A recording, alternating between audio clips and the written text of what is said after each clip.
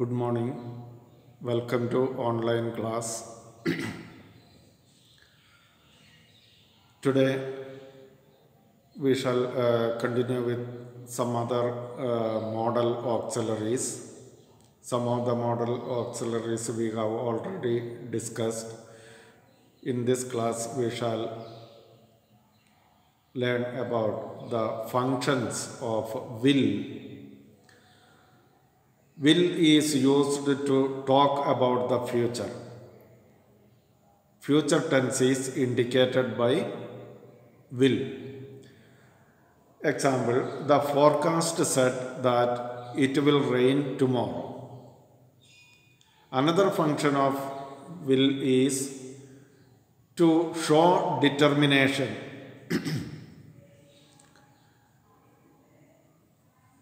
Means the determination of the mind, the strong decision that we have taken. I will do my best to win the badminton championship.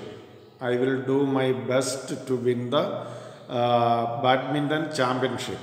That shows the determination, the strong intention that we have to win the championship. Badminton championship. Then will is also used to make promises. Promises as well as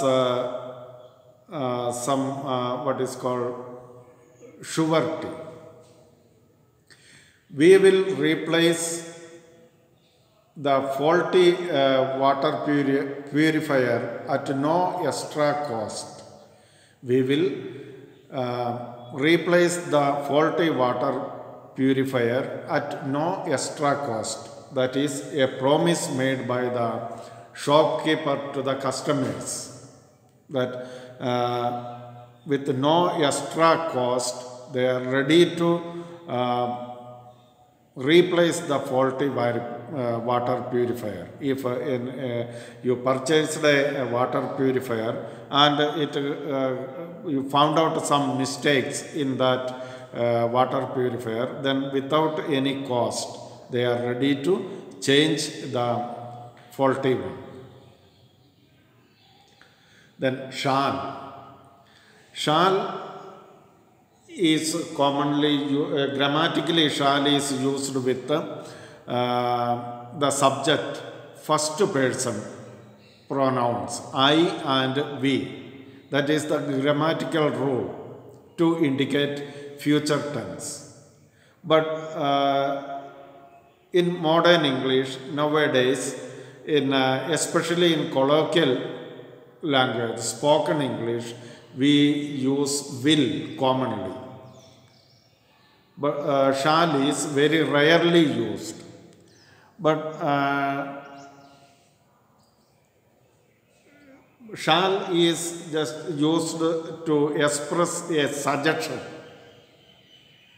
Rarely we use, then also that is in the case of expressing a suggestion or to make a suggestion. We use shall with I and we to make a suggestion. Shall we visit Ganapati Pule this weekend? That is a suggestion made. Shall we visit Ganapati Pule this weekend? It is a suggestion made. So grammatically the rule is that first, along with the first person pronoun, that is I and we, shall is used instead of will. But at present time, instead of shall, along with I and we also, we use will, especially in spoken English. And with I and we use shall to make a suggestion. Should, ought to are performing the similar functions. Should, ought to both perform similar functions. should and ought to, one function is moral obligation. It expresses moral obligation. Example, you should respect your teachers. It's a moral obligation. You should respect your teachers. Why it is called a moral obligation? That is on the basis of good manners, or we consider it as concerned with morality, we should respect our teachers. And even if you don't respect your teachers, according to a law, you are not punishable. That's why it is called moral obligation. So, should is used to express moral obligation. Example is, you should respect your teachers. Ought to also is used to express moral obligation. Example, you ought to be more attentive in class. You ought to be more attentive in class. That is your obligation, to be more attentive in the class. Then should and ought to are also used to express advice. Should and ought to are used to express advice. Examples, you should be careful while filling the admission form. You should be careful while filling the admission form. It is an advice given to you that you should take care while filling the admission form, so that no mistake may happen. Another example with ought to. Mahitosh ought to leave now if he wants to reach home in time. That is also an advice. Mahitosh ought to leave now. Already late, you ought to leave now if he wants to reach home in time. That is an advice given to Mahitosh. So, should and ought to have two main functions. One is to express moral obligation, like example, you should respect your teachers. With ought to, you ought to be more attentive in class. That is your moral obligation. Then it also performs another function, that is advice. Example, you should be careful while filling the admission form. With ought to, Mahitosh ought to leave now if he wants to reach home in time. Another model is must, have to.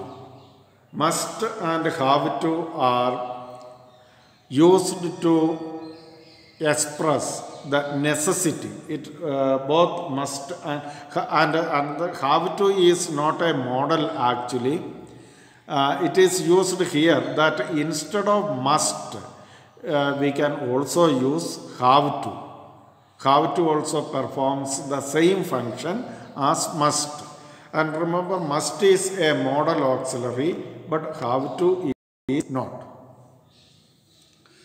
Must and have to express necessity.